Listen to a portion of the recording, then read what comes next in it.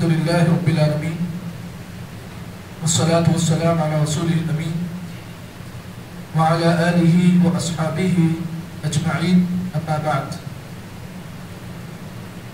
وعن ابی سفیان صخر بن حرب رضی اللہ تعالی عنہ في حديثه الطويل في قصة هرقل أن هرقل قال لأبي سفيان فماذا يأمركم به يعني النبي صلى الله عليه وسلم قال قلت يقول اعبدوا الله وحده ولا تشركوا به شيئا واتركوا ما يقول آباؤكم ويأمرنا بالصلاة والصدق والعفاف والصلة رواه متفق عليه.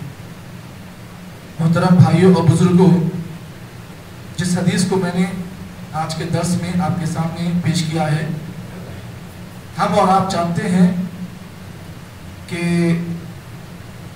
ہم ربیع الاول کے مہینے سے گزر رہے ہیں، اور یہ ربیع الاول کا مہینہ اسی مہینے میں اللہ کے نبی کی پیدائش بھی ہوئی اور اسی مہینے میں ہمارے نبی کا انتقال بھی ہوا. تو اسی مناسبت سے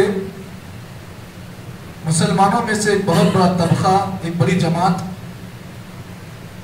جو اس مہینے میں اللہ کے نبی صلی اللہ علیہ وسلم کی پیدائش کی صحیح تاریخ کو نہ جانتے ہوئے نبی کی وفات کی تاریخ کو پیدائش کی تاریخ سمجھ کر وہ لوگ جشن مناتے ہیں اور اسے عید کا نام دیتے ہیں. شریعت میں اس عید کا کوئی ثبوت اور کوئی رواج نہیں ہے. جہاں پر اللہ کے نبی کے زمانے میں یہ چیز نہیں کی گئی، وہیں پر صحابہ کے زمانے میں بھی یہ چیز نہیں کی گئی، اور صحابہ تو دور کی بات، تابعین اور تبع تابعین کے زمانوں میں بھی یہ چیز نہیں منائی گئی. اب جب ایسے لوگوں سے پوچھا جائے کہ جو اللہ کے نبی کی پیدائش پر جشن مناتے ہیں، خوشی مناتے ہیں، یا پھر محفل کا انعقاد کرتے ہیں، اگر انہی لوگوں سے پوچھو کہ اللہ کے نبی کی سیرت کو تم کتنا جانتے ہو، ان میں سے اکثر لوگ، میں یوں سمجھتا ہوں کہ ہمارے اپنے لوگوں میں سے بھی، ہمارے نوجوانوں کو اگر میں اس پر اگر مخاطب کروں تو ہم میں کا نوجوان طبقہ بھی اللہ کے نبی کی سیرت کو جیسا جاننا ہے ویسا نہیں جانتا. نبی کی سیرت بڑی طویل ہے. آپ کی پیدائش سے لے کر آپ کے موت تک کے حالات کو نبی کی سیرت کہتے ہیں. تو نبی کی زندگی کے حالات میں نبی کی سیرت کیسی تھی اور نبی کی دعوت کیا کیا چیزوں پر ہوتی تھی، نبی صلی اللہ علیہ وسلم کا انتقال کیسے ہوا اور آپ کے انتقال سے پہلے کے ایام کیسے تھے، نبی کی زندگی کا گھرانہ کیسا تھا، نبی کی صبح کیسی تھی، نبی کی شام کیسی تھی، نبی کے گھر کا حال کیسا تھا، نبی کے ازواج مطہرات کیسی تھیں، نبی کے کتنی بیٹیاں تھیں، نبی کے کتنے بیٹے تھے، نبی صلی اللہ علیہ وسلم کی کتنی عمر تھی، اور نبی کہاں پیدا ہوئے، نبی کہاں انتقال ہوئے. یہ ایسے سوالات ہیں، امت مسلمہ کا بہت کم طبقہ ان سوالات کے جوابات کو جانتا ہے. اب یہاں پر اگر سوال کریں، آپ میں سے جتنے لوگ موجود ہیں، اگر ان سے سوال کیا جائے کہ نبی کی دعوت کن کن چیزوں پر ہوا کرتی تھی، نبی صحابہ کو جن جن چیزوں کی دعوت دیتے تھے، تو نبی صحابہ اکرام کو کن کن چیزوں کی دعوت دیتے.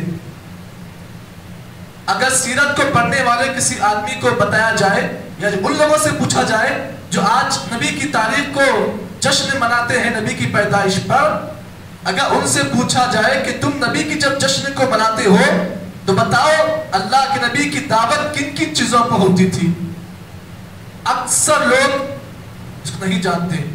آئیے، نبی کی دعوت کن کن چیزوں پر ہوتی تھی، یہی سوال، یہ وہ سوال تھا جو اللہ کے نبی محمد عربی صلی اللہ علیہ وسلم کے بارے میں حبشہ کے بادشاہ، نجاشی بادشاہ جس کا دوسرا نام اصحمہ تھا، یہ حبشہ جو ہے، حبشہ جو علاقہ ہے، حبشہ علاقہ پہلے زمانے میں یہودیوں کا ہوا کرتا. یہودیوں کا بہت بڑا بادشاہ جس کا نام نجاشی تھا، بعض روایتوں میں اس کا نام اصحمہ بھی ہے. اس نے ابو سفیان جو ابھی مسلمان نہیں ہوئے تھے. ابو سفیان جب ان کے پاس گئے تھے تو اس نے ابو سفیان سے پوچھا تھا اللہ کے نبی کے بارے میں. تو ابو سفیان اللہ کے نبی صلی اللہ علیہ وسلم کے دشمن تھے کیونکہ ایمان نہیں لائے تھے. پھر بھی حبشہ کے بادشاہ نجاشی بادشاہ نے مختلف سوالات اللہ کے نبی کے بارے میں کیے. ایک سوال اس نے یہ بھی کیا تھا، نجاشی بادشاہ نے ایک سوال یہ بھی کیا تھا کہ بتاؤ تم جس نبی کو محمد جس نبی کو تم کہتے ہو اس نبی کی دعوت کن کن چیزوں پر ہوا کرتی تھی. تو ابو سفیان کہتے ہیں دل میں میرے یہ چیز پیدا ہوئی تھی کہ میں جھوٹ موٹ بول دوں، نبی کے بارے میں غلط باتیں بتا دوں، لیکن اللہ رب العالمین نے میرے دل میں سچی باتیں ڈال دی. میں نے سچ کہا. نجاشی بادشاہ کے سامنے میں نے اللہ کے نبی کے بارے میں جب یہ سوال آیا کہ نبی کن کن چیزوں کی دعوت لوگوں کو دیا کرتے تھے تو ابو سفیان کہتے ہیں کہ میں نے اللہ کے نبی کی دعوت کی پوری ہسٹری بیان کر دی. کہا کہ ہمارے پاس جو محمد ہے جو اپنے آپ کو نبی کہتا ہے اس کی دعوت 7 چیزوں پر مبنی تھی. پہلی چیز ہمارے نبی محمد صلی اللہ علیہ وسلم ہم کو اس بات کی دعوت دیتے. پہلی کس بات کی دعوت دیتے؟ لوگوں اللہ کی بات کرو. نبی کی دعوت کا پہلا مقصد، نبی کی دعوت کی پہلی چیز اللہ کی عبادت. دوسری چیز وَلَا تُشْرِكُوا بِهِ شَيْئًا، لوگوں اللہ کے ساتھ شریک مت کرو. تو نبی لوگوں کو سب سے پہلے توحید کی دعوت دیتے، اس کے بعد شرک سے روکتے، پھر اس کے بعد اللہ کے نبی صلی اللہ علیہ وسلم لوگوں کو کہتے وَاتْرُكُوا مَا يَقُولُ آبَاؤُنَا، لوگوں تمہارے باپ دادا نے جو جو کام کیا ہے اس کو مت کرو، اس کو چھوڑ دو. یعنی باپ دادا کی تقلید مت کرو. آج ہمارے پاس کئی مسلمان ہیں بولتے ہیں ہمارے باپ جیسا کرے ہم ویسے کریں گے، ہمارے ابا کیسے کرے ہم ویسے کریں گے، ہمارے دادا کیسا کرے ہم ویسے کریں گے. یہ نئی باتیں نہیں بتانا ہم آپ کو. ہمارے باپ دادا جو کرے وہ ہم چھوڑنا کیا؟ ہمارے باپ دادا بھی میلاد کرتے ہم بھی میلاد کریں گے. ہمارے باپ دادا بھی کیا ہے 11ویں کرتے ہم بھی کرتے ہیں. تو نبی کی دعوت تیسری چیز کیا چیز ہوتی؟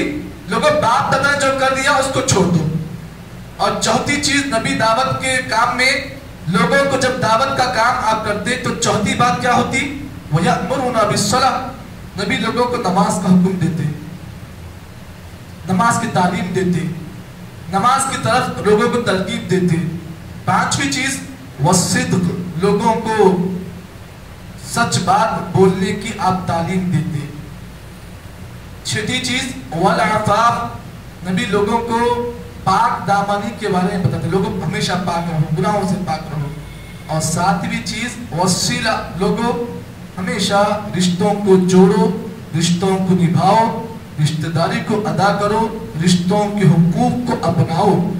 تو نبی اکرم صلی اللہ علیہ وسلم کی دعوت پوری زندگی آپ دیکھیں، مدنی دعوت بھی آپ دیکھیں، مکی دعوت بھی آپ دیکھیں. اب مکی دعوت کتنے سال تھی؟ 13 سال.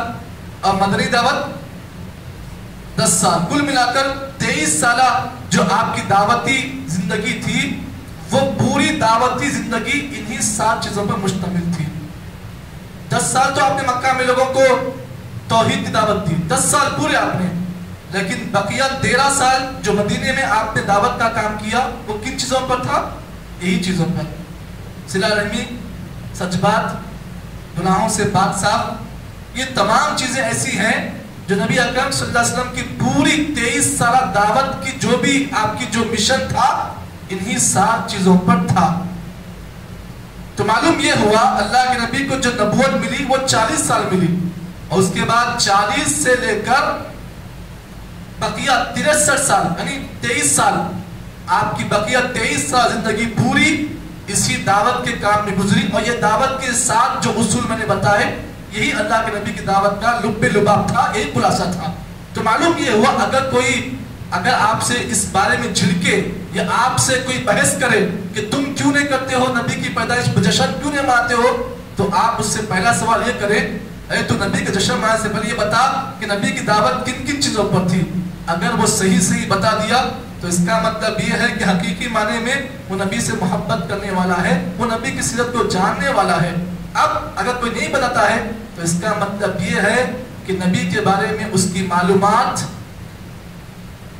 صفر پر ہیں.